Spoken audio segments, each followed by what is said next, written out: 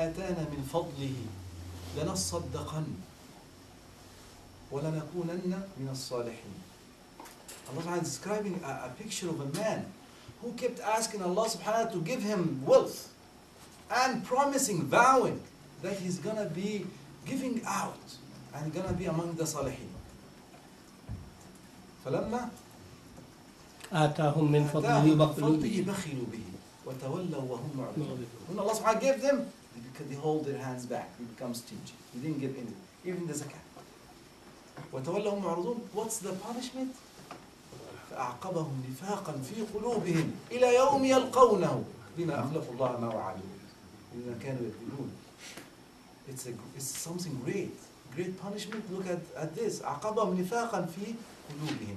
Allah subhanahu wa ta'ala left them to that nifaq until they die. They would keep that nifaq there in their heart because they أخلفوا الله. They did not fulfill the promise of Allah subhanahu wa ta'ala and they lied. So accept the plan of Allah subhanahu wa ta'ala and be someone who is actually having this rida and content of what Allah subhanahu wa ta'ala is choosing for you. Number 8. Actually, this number 8 is a very straightforward answer. When all of us, everyone, if a simple guy is gonna, why is Allah afflicting us? He said to test us. So this is a very simple answer that Allah subhanahu wa ta'ala wants to test our iman. And a lot of verses and narrations are about that. Look at the beginning of Surah Al-Ankabut. أَحَسِبَ النَّاسُ أَن يُتْرَكُوا أَن يَقُولُوا آمَنَّا وَهُمْ لَا يُفْتَنُونَ. They think that they are going to say we are believers and they are not going to be tested. فَلَنَعْلَمَنَّ وَلَقَدْ فَتَنَّ الَّذِينَ مِنْ قَبْلِهِمْ وَلَقَدْ فَتَنَّ الَّذِينَ مِنْ قَبْلِهِمْ. Allah subhanahu said that we have tested those who before you. فَلَا يَعْلَمَنَّ اللَّهُ الَّذِينَ صَدَقُوا وَلَا يَعْلَمَنَّ الْكَاذِبِينَ. By this test, Allah subhanahu is going to know الَّذِينَ صَدَقُوا, who are having this sidq of iman there in their hearts, on those who are lying in their claims.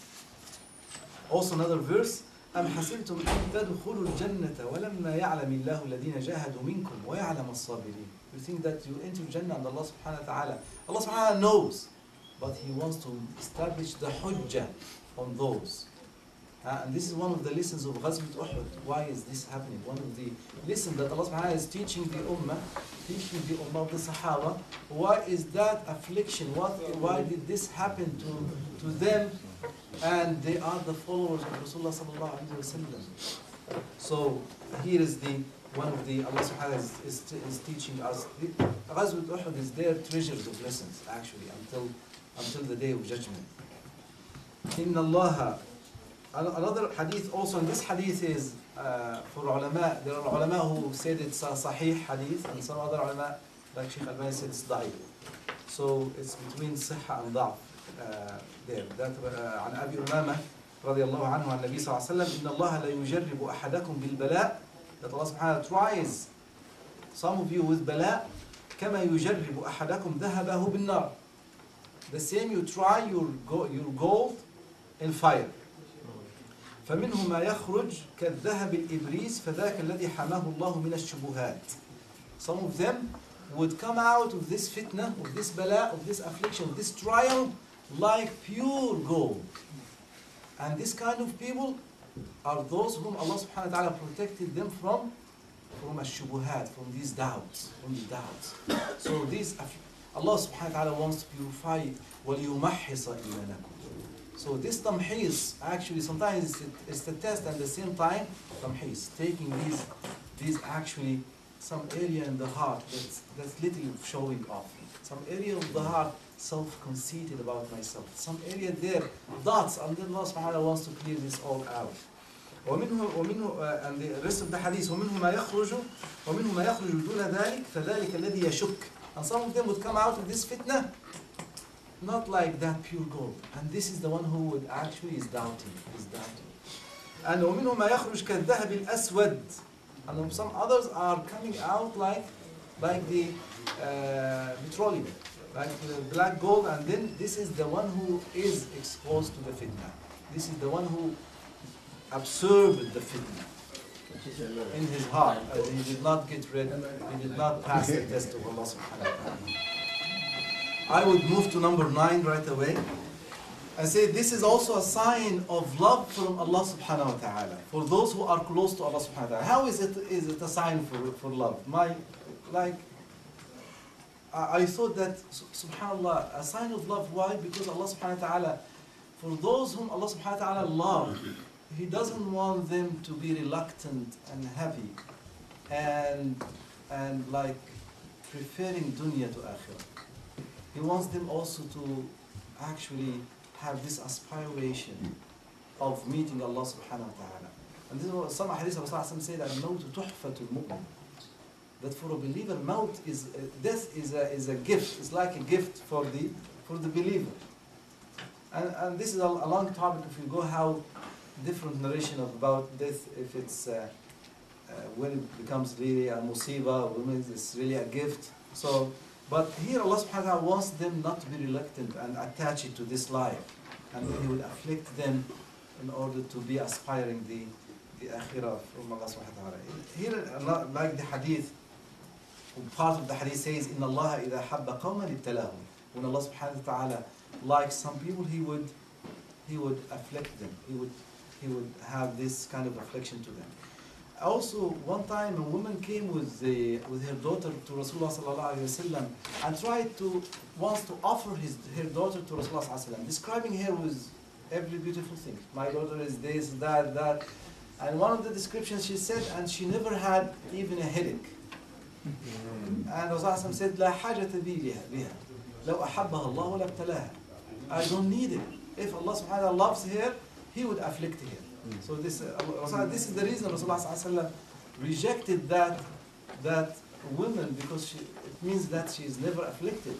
And this is also another thing. Some righteous wives, when they say their husband never having any affliction, they say, "You are evil man." If you have, since you are having no affliction, it means that Allah subhanahu wa ta'ala doesn't like you. Number 10, that some of these afflictions that happen on earth, it's because of the not applying the curriculum of Allah subhanahu wa ta'ala. Allah, look at Surah Al-Rahman. Ar-Rahman, allama al-Quran, khalaqa al-insan. Before the creation of al-insan, Allah allama al-Quran, the manuscript, the curriculum, before even the creation of mankind. This is how it says, if we do not follow the curriculum, we have this corruption on earth around us. And here also, you can have a lot of examples that's there around us. That's the outcome of not applying the law of Allah subhanahu wa ta'ala. Look at the interest that's there, how it's creating miserable families and people who are always in debt in their life and could not afford. Some of them would commit suicide in the end. And just because of one ruling that they are not applying. Look at when Allah subhanahu wa ta'ala is not allowing us to have this liquor. And look how many crimes are there every minute because of that, not applying the rules of Allah subhanahu wa ta'ala. And then we say, where is this from? And take this on the even family basis, in the small family. If a husband and wife are not applying this kind of actually the law of Allah subhanahu wa ta'ala inside their household, establishing a Muslim house, it's going to be an evil house. The shaitan is there all the time, and they are expecting to get what? Good things all the time. They are not applying the rules of Allah subhanahu wa ta'ala in their house. And then ending in divorce and corruption in the whole house feel, and this is the best thing of the shaitan in there. And they are accommodating the shaitan in order to actually split the whole house. And this is because they didn't apply the curriculum of Allah subhanahu wa ta'ala in their houses.